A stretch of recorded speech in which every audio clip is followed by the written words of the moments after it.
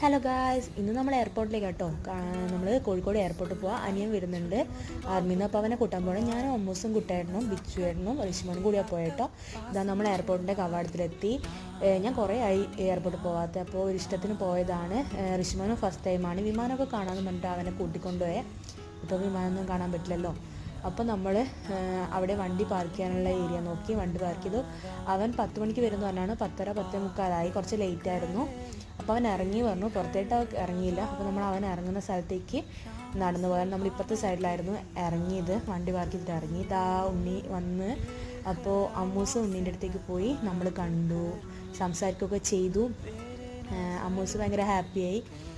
അങ്ങനെ നമ്മൾ അവിടെ നിന്ന് നേരെ പോയത് ഫുഡ് കഴിക്കാനാണ് കേട്ടോ. നമ്മൾ അവിടെ വരുന്ന വഴിക്കുള്ളൊരു ഹോട്ടലിലാട്ടോ ഫുഡ് കഴിക്കാൻ കയറിയ, പേര് എനിക്ക് ഓർമ്മയില്ല. നമ്മൾ റൊട്ടിയും പെപ്പർ ചിക്കനും പിന്നെ അവർ ഫ്രൈഡ് റൈസും ഓർഡർ ചെയ്ത് അങ്ങനെ നമ്മൾ ഫുഡ് കഴിച്ച്